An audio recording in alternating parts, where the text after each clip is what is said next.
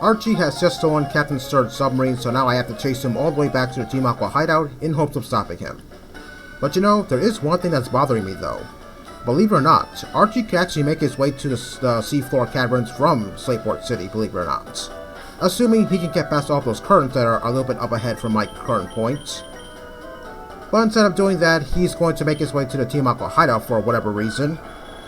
Yeah, I don't understand that guy. I mean, when you think about it, he just passed up on a perfect opportunity to go wake up Kyogre right now and cause a worldwide catastrophe. Yeah, I don't understand these guys at all. I mean, do these guys ever think their plans through or something? I mean, yeah, what is he going back to the Team Aqua Hideout for anyway? Well, that's something that's never going to be specified. Anyway, if you were playing Pokemon Ruby, then this is the only patch of water that you're going to see in the Team Aqua Hideout. Otherwise, this whole entire pool of water here will just be a huge piece of land. But we're not playing Pokemon Ruby right now, and since this is the Team Aqua Hideout, it's only fitting that there's water here. Anyway, the Team Aqua Hideout. It's a lot different as opposed to the Team Magma Hideout we were just at a few videos ago. Well, first off, there are no random encounters, so I'm not going to have to spend like 3 or 4 videos here just to get to the end.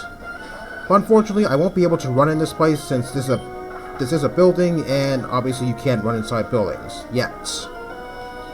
But that doesn't really matter all that much since this place isn't very big, so I should be in and out of here by the end of this video, hopefully.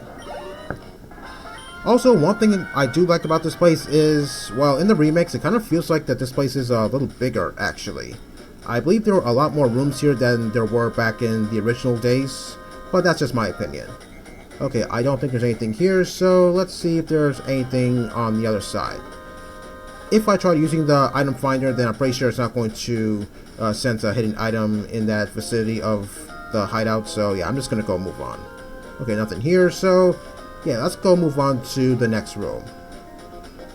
So yeah, the hideouts in the remakes, I kind of like how they look. Oh, teleporters, huh? Oh yes, making a comeback from the likes of Fire Red and Leaf Green. But don't worry, I know how to figure these teleporters out this time around, as opposed to maybe possibly when I was at the Silph Corporation building. Okay, that room you see there with the 4 Pokeballs, I'm going to be going there right now. Just as soon as I get past this one person right here. Okay, in the remakes, I'm pretty sure there was a room where you could rest yourself, but here, that's not the case. I'm pretty sure they threw that little restroom there. Not a literal restroom, you know what I mean. I'm pretty sure it's because I guess maybe there was a lot more Aqua Grunts here or Magma Grunts here, depending on which game you're playing. So yeah, I guess it's only fitting that they threw a little restroom there. But here, I don't see that there's a whole lot of Aqua Grunts here, so I don't see the need to rest up. Okay, yeah, there was no way around getting damaged by Carbona's rough skin, so yeah, I just had to damage it like that. Okay, over here, it's kind of complicated to get to that one room with the 4 Pokeballs, but luckily for me, I know how to get there. Okay, even though these teleporters kind of look daunting, but don't worry, I know where to go. Okay, and yeah, it was as simple as that. Okay, there are 4 Pokeballs here, 2 of them are items, but 2 of them are electrodes. Okay, I'm going to put Ninetales up first, so that way I can take those things down in one hit. Okay, I don't think these things should outspeed me, considering the fact that I think they are at level 30. Yep, definitely. And considering the fact that I have a 35 level advantage, yeah, there's no way these things are going to outspeed me, despite the fact that they are pretty fast. Yeah, no self-destruct for you. Yeah, I still remember what happened the last time something blew up in my face. Yeah, Sceptile and Gardevoir just barely survived that attack. Except that that move was Explosion, and it belonged to a Pineco. Okay, I'm pretty sure these guys do have self-destruct, but just try to defeat them or maybe run away so that way they don't blow up in your face and inflict massive damage on you. Okay, believe it or not, I believe this is supposed to be Archie's room, actually. Yeah, that's one thing I actually read online. This was Archie's room, or Maxie's room, depending on what game you're playing. Okay, over here we have a Nugget. I'll sell that off screen. And over here we have the Master Ball. Okay, I know what I'm going to use that thing on. Okay, now let's get out of here. Okay, so the way out of here is pretty straightforward. You shouldn't have any trouble getting out of this particular area of the Aqua Hideouts. And it was as simple as that. Yeah, I still hate the fact that I had to do that again back in Omega Ruby and Alpha Sapphire. Okay, I'm going to put Skarmory up first, as well as Sceptile, so that way I could take on that double battle coming up. Okay, there we go. Oh yes, the fun thing about this hideout is, if you're playing the remakes, then you get to come back here later on in the Delta episode. I don't quite remember what you do here, but I do remember that you can come back here in the Delta episode and fight more Aqua or Magma Grunts, which I always thought was pretty fun, actually. Anyway, moving on to something else. A few videos ago, I was talking a little bit about the concept of my videos. Back in Pokemon Brown, I don't think... hold on a second. Oh, you know what? Let's use Return on the Golbat and Leaf Blade on Poochyena. Yeah, I was kind of hesitating as to what moves I want to use on these two over here. Okay, as I was saying, the concept of my videos, well, I guess you can see the emulator window just a little bit back in Pokemon Brown. I guess it's because maybe I didn't size out the window properly. The emulator window, that is. Not to mention the fact that I was playing a Game Boy game, so naturally I didn't want to cover up anything such as the name of the Pokemon. Yeah, that's one disadvantage about recording games that are practically Generation 1 games. Well, actually, I think that did sort of happen in Part 2 of Pokemon Brown. But it wasn't really all that noticeable, actually. Oh god, Confuse Ray. Okay, what is that Gyarados gonna do? Okay, I'm just gonna use the Yellow Flute to snap Skarmory out of confusion. Because I think I need Skarmory in order to take down these two Pokemon over here. Let's see if Aerialist can take down this Golbat here. Although I'm not expecting any miracles. Oh yeah, not even close. Oh, Air Cutter? Well, that's not going to do a whole lot to Sceptile, hopefully. Oh yeah, that was nothing. Okay, as I was saying, my Pokemon Brown videos, you can't see the emulator window a little bit. Yeah, I apologize for that. It's just that, well, since I was away from recording videos for so long, naturally I get a little rusty, so yeah. I apologize if some of my Brown videos show the emulator window just a little bit. I was trying to do the best I can to make sure that you don't see it, and just see what's on the screen only. But if I do end up recording another Game Boy game, such as like, I don't know, anything, hopefully I'll be sure that you don't see the emulator window. And if that is the case, then I guess hopefully I'll try to crop it out somehow. Oh, Hydro Pump on a grass type, well that's not going to do anything, considering the fact that Gyarados' special attack is not too impressive. Let's take down this Gyarados with Leaf Blade.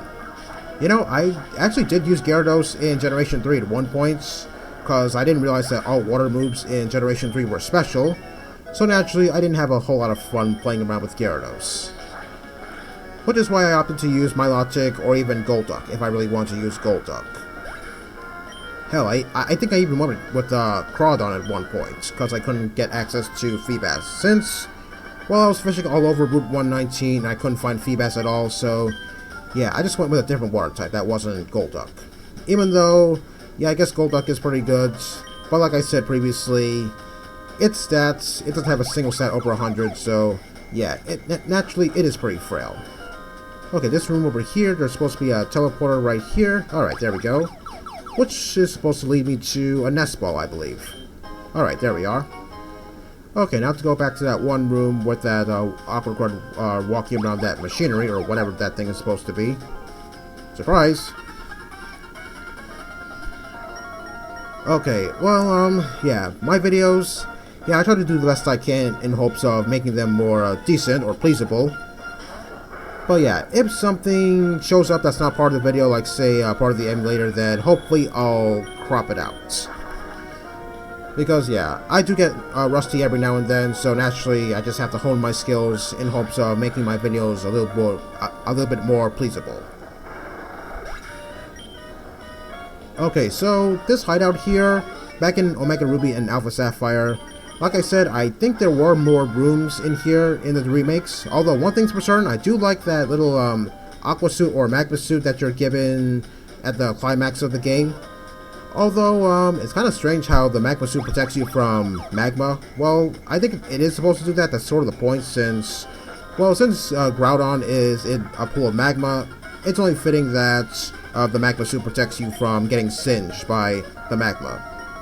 Well, for the Aqua Suit, it makes a lot more sense, since, well, it is supposed to be some kind of diving suit that prevents you from drowning.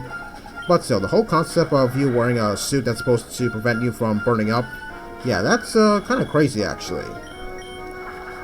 And another thing, I do love how you get to use that suit when you ride on Rayquaza and going to outer space in order to destroy that that meteor that's heading towards the Earth.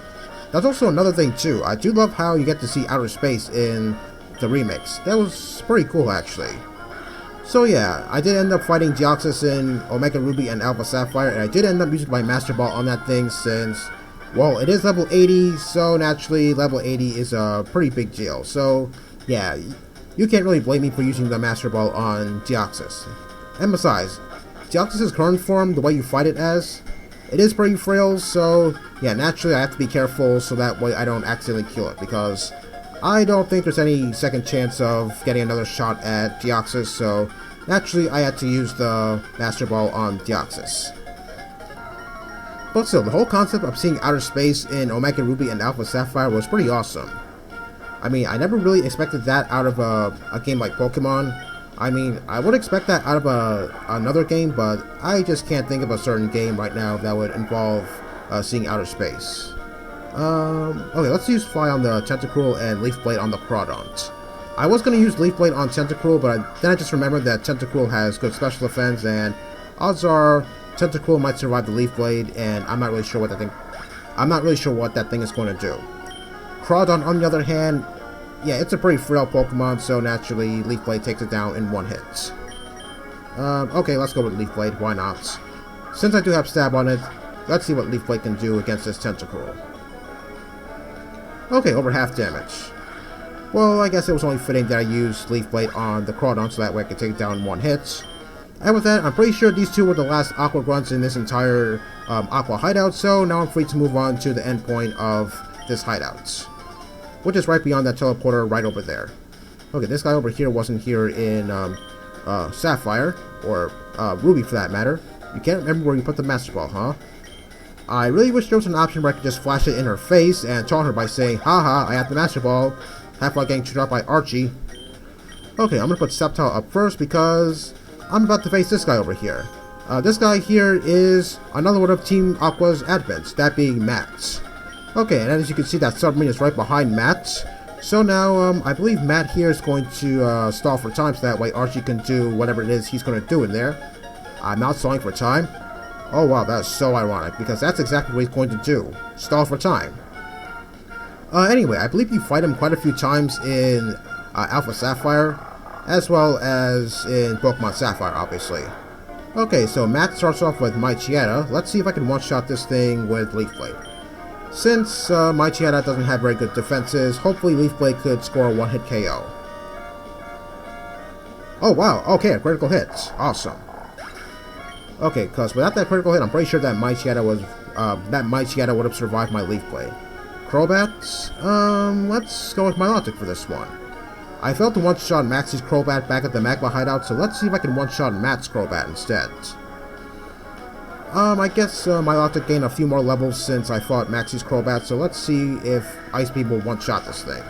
Okay, Air Cutter, well, no surprise, Crobat is pretty fast, so naturally it gets the first hit. Okay, is Ice Beam gonna one-shot this thing? Oh, okay, for a second I thought maybe Crobat would survive in the red. But lucky for me, that didn't happen. It's kind of strange how Matt doesn't have any water types on his team, despite the fact that Team Aqua is all about water. Well, aside from that Air Cutter, that wasn't really much of a boss fight. Okay, and looks like that song actually did do some good for Archie, since now he's on his way to the Seafloor Cavern, and now Matt's going to tell me that if I want to find Archie, then I have to search beyond the big wide sea beyond Lily Cove. Oh god, that is torture if I ever saw it. Well, okay then, no point in complaining. Let's get out of here now. Okay, lucky for me, the exit is pretty easy to get to. But even if I did want to chase Archie all the way to the Seafloor Cavern, I can't do that quite yet because I need to dive down in the water in order to get to the Seafloor Cavern. And I can't do that because I need the next gym badge. Oh, I didn't expect to run into a wild Pokemon right now.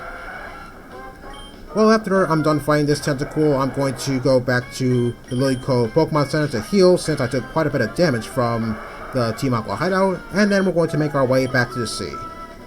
Oh boy, the sea again. Okay, let me see if I can make it over to the Pokemon Center before time's up.